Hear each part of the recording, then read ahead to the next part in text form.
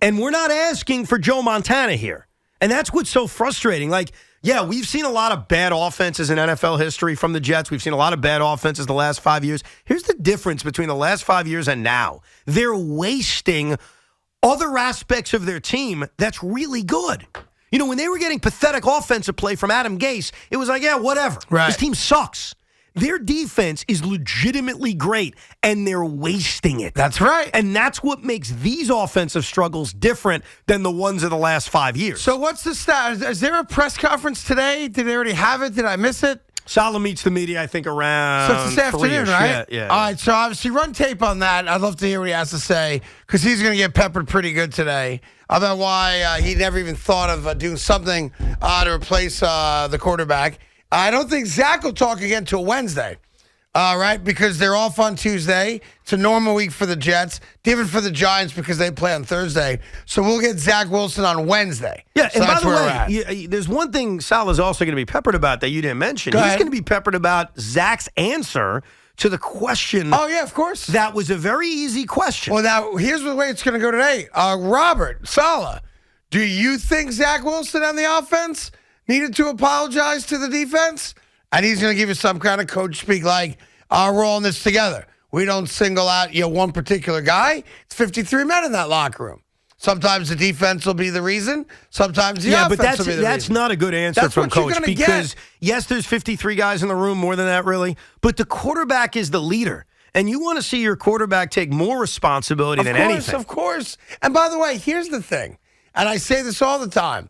Even though boring cliche answers, do exactly that. They bore us and they don't tell us anything. It's the right way to go, especially when things aren't going your way.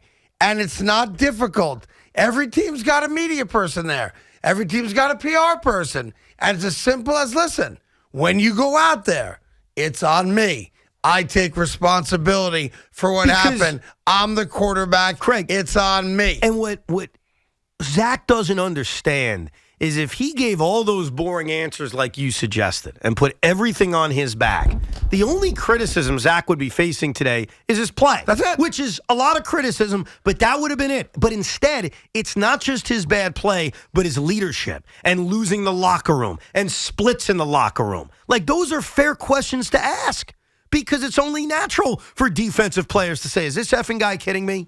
And I'm sorry, I usually don't make a big deal out of Twitter likes, but really, we're all going to buy the coincidences that not one but two key Jet defensive players accidentally on the same day. Yeah, they didn't accidentally do anything. Like the tweet that criticized Zach Wilson? What a coincidence. Yeah, it's listen. It's not by accident. They're pissed, and rightfully so. You went from first place to last place in 3 hours yesterday.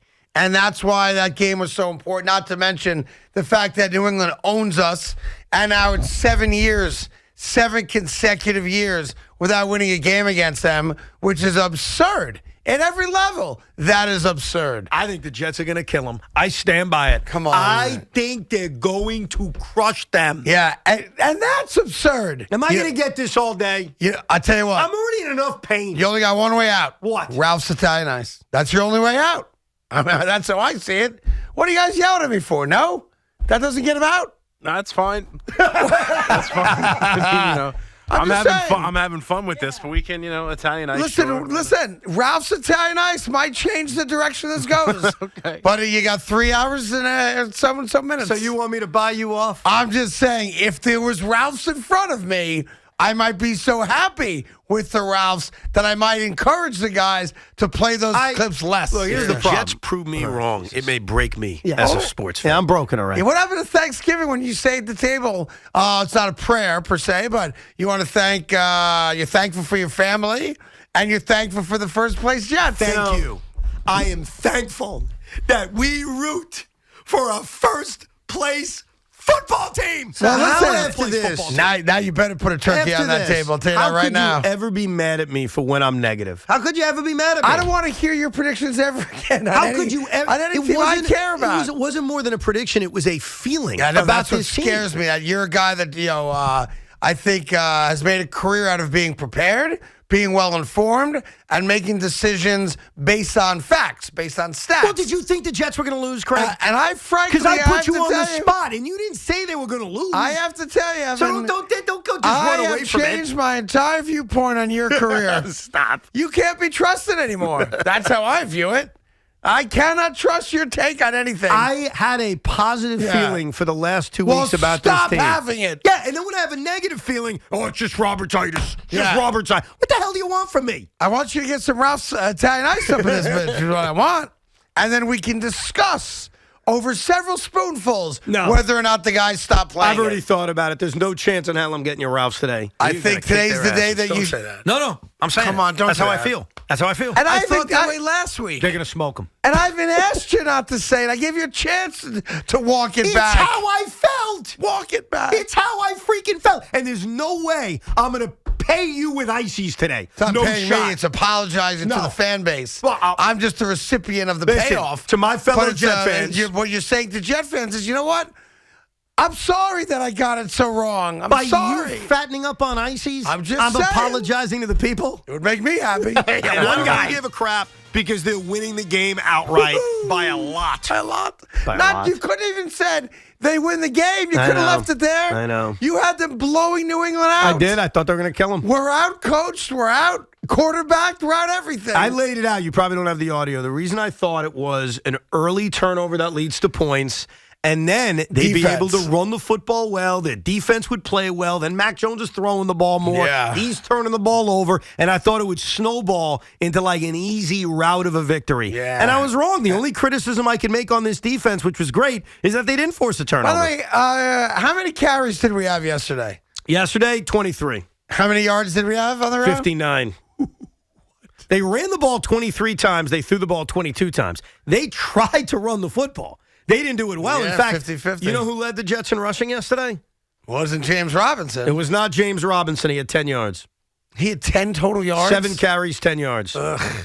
Wasn't Michael Carter. Had to be Zach, right? It was Zach. Yeah. Because early in the game, and I complimented him, it looked like Zach was being more aggressive with his legs. Now, what I didn't realize is on one of those plays he was being aggressive with his legs, he missed a wide-open Denzel Mims. Yeah, and that's why I'm reluctant to bury LaFleur today, because there are plays like that. And again, we have not seen every play from that vantage point where Zach Wilson missed a wide-open guy for a touchdown.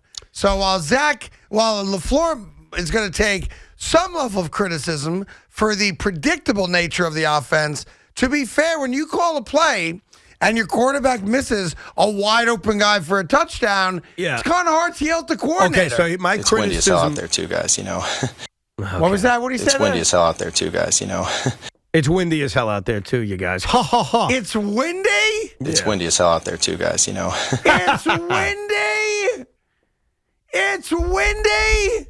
We didn't ask you to play in 6 feet of snow.